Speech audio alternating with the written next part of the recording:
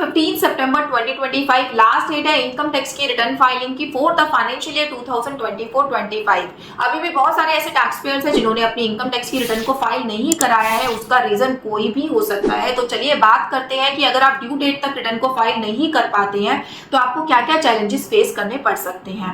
उसमें number 1 point आपका आता है कि आपको पे करनी होगी पेनल्टी। अगर आप 15 सितंबर के बाद रिटर्न को फाइल करते हैं तो पेनल्टी आपकी रहेगी 5000 रुपीज अगर इनकम 5 लाख से ज्यादा है तो। अगर वही आपकी इनकम 5 लाख से कम है तो आपको 1000 रुपीज पेनल्टी पे करके अपनी रिटर्न को फाइल करना होगा।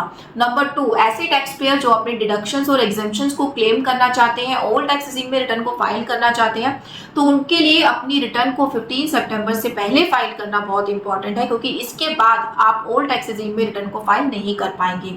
इन शॉर्ट में अगर मैं आपको बताऊं तो ऑल टैक्स रेजिम में रिटर्न फाइल आप सिर्फ और सिर्फ ड्यू डेट से पहले ही कर सकते हैं। ड्यू डेट के बाद आपको न्यू टैक्स रेजिम ही सिलेक्ट करनी होगी, क्योंकि न्यू टैक्स रेजिम हमारी है डिफॉल्ट टैक्स रेजिम।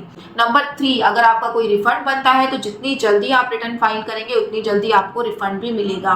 तो जल्दी से अपनी रिटर्न को ड्यू डेट से पहले फाइल कर लीजिए ताकि आपकी रिटर्न जल्दी प्रोसेस हो और जल्दी रिफंड आपके अकाउंट में क्रेडिट हो। नंबर 4, अगर आपकी रिटर्न में कोई लॉस है, कोई शेयर मार्केट का लॉस है, कोई बिजनेस लॉस है, तो आप उसको फ्यूचर ईयर्स के लिए कैरी फॉरवर्ड नहीं कर पाएंगे अगर आपने अपनी रिटर्न को ड्यू डेट के बाद फाइल किया तो अगर आप शेयर मार्केट में डील करते हैं, आपके लॉसेस है या फिर पास्ट ईयर से आपके लॉसेस कुछ कैरी फॉरवर्ड होते आ रहे थे, तो आपको ड्यू डेट से पहले अपनी रिटर्न को फाइल करना बहुत ज़्यादा जरूरी है। नहीं तो इसके बाद आप अपनी रिटर्न में ये जो लॉसेस है इनको कैरी फॉरवर्ड नहीं कर पाएंगे। नंबर 5, 234A का इंटरेस्ट जो कि एप्लीकेबल होता है लेट रिटर्न फाइलिंग पे। अगर आप अपनी रिटर्न को लेट फाइल करेंगे, ड्यू डेट के बाद फाइल करेंगे, तो आपको ये इंटरेस्ट पे करना होगा, जिसका रेट है 1% पर मंथ और पार्ट ऑफ द मंथ। ये जो रेट है, ये जो इंटरेस्ट है, स्टार्ट हो जाएगा आपका 16 सितंबर 25 से और एप्लीकेबल रहेगा जब तक कि आप फाइनली अपनी रिटर्न को अपलोड नहीं कर सकते। तो ये थे कुछ पॉइंट्स जिनको आपको ध्यान में रखना है और अपनी रिटर्न को टाइमली फाइल कर देना है। बट यहाँ पर कुछ ऐसे टैक्स पेयर है जिनका जेन्युइन रीजन है कि वो ऑन टाइम रिटर्न को फाइल नहीं कर पा रहे हैं।